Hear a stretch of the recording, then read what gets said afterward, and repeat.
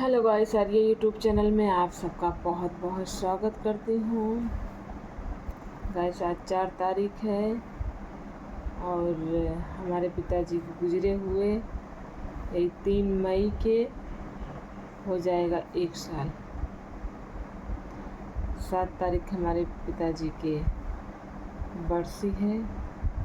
बड़ी दुख की बात है कि मैं नहीं जा पा रही हूँ और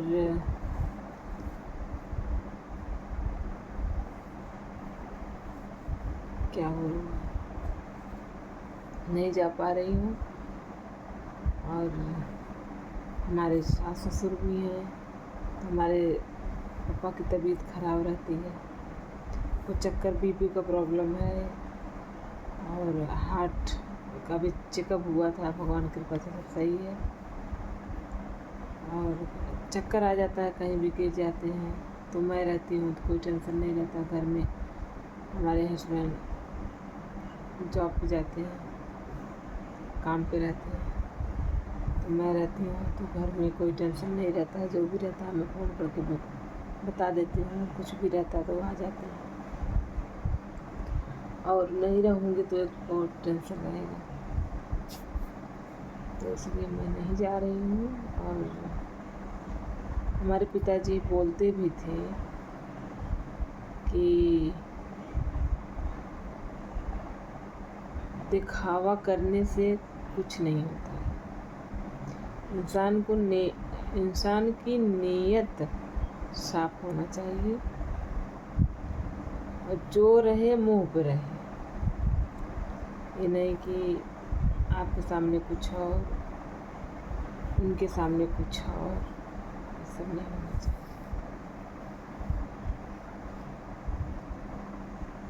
ये सब देखो, जियत आप जो कर दोगे वो देख लेंगे, और उनकी आत्मा के जो वो देख के उनको सुकून मिलेगा, खुशी मिलेगी। वो मरने पे आप लाख करोड़ों अरब पैसा खर्च कर दो, लेकिन उनकी आत्मा के वो खुशी और वो सुकून कभी भी नहीं मिलेगा।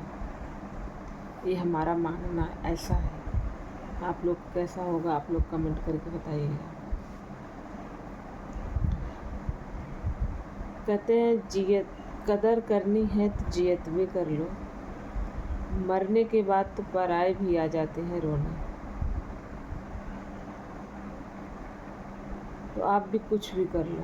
ये लोकाचार हमारा मानना है कि सब दिखावा के लिए है, समाज को, ये समाज के लिए होता है, आत्मा के लिए तो नहीं होता है।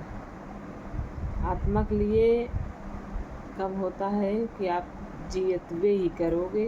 वो आत्मा के लिए होता है, उनकी खुशी के लिए होता है।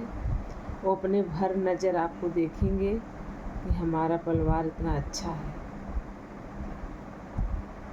जब वो जीतवे तड़प के जाएंगे, उसके बाद आप कुछ भी करो तो कोई फ़ायदा नहीं है। हमारी माँ है, गांव में है, वो बीमार रहती हैं। जब से हमारे पिताजी गुजर गए तब से वो दिन रात ही हरदम ही रोती रहती है। अभी उस दिन मैं बात कर रही थी तो बोल रही थी कि बिटिया हम गए तब जौनपुर दवाई ले भी दा, लेकिन तोहरे बाबू की नाई, उनके शकल की नाई क्यों दिखान ना आए। हम कहे हाँ माई, अब वैसे बाबू की नाई क्यों न दिखाए, तो कब बहु न दिखाए। तो रोए लागिन। हम कहे रोआ जी, भगवान के नाम ला। संसार में सब साथ छोड़ देते हैं, लेकिन भगवान एक ऐसन है कब बहु ना साथ छोड़ दे, हरदम साथे रहा था।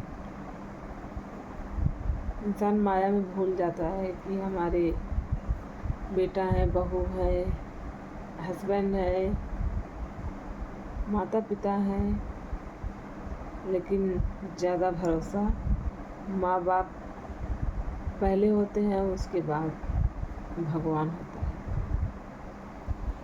सबसे पहले भगवान होता है, सबसे पहले। हमारे पिताजी यही बोलते थे कि पहले अपना घर, अपनी बेटियों को यही शिक्षा दी है। बेटे को भी अच्छा शिक्षा दिए थे, बाद में भले मध्यभ्रष्ट हो जाए तो उसका कोई जिम्मेदारी नहीं है, लेकिन बेटियां की जो शिक्षा दिए हैं बेटियां भी आज तक निभा रही हैं और निभाती रहेंगी। जब तक सांस रहेगा उनके खून की लहू दौड़ती रहेगी शरीर में, तब तक बेटियां उनकी पगड़ी की सम्मान करेंगी। हमारे पिताजी यही बोलते थे कि पहला बेटा अपना घर देखना और जो भी करना अपने घर के हित में ही करना, बाद में संसार है, संसार नहीं आएगा काम में, पहले अपना घर आएगा।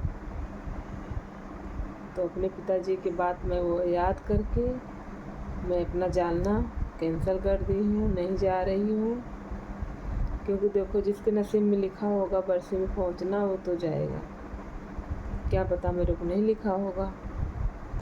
लेकिन हाँ, ये पूरी मतलब मैं गारंटी लेती हूँ, हमारे पिताजी जहाँ से भी देख रहे हैं उनकी आत्मा को कभी दुख नहीं होगा, कभी भी नहीं दुख होगा कि हमारी बेटी हमारे बरसी में नहीं आ पाई।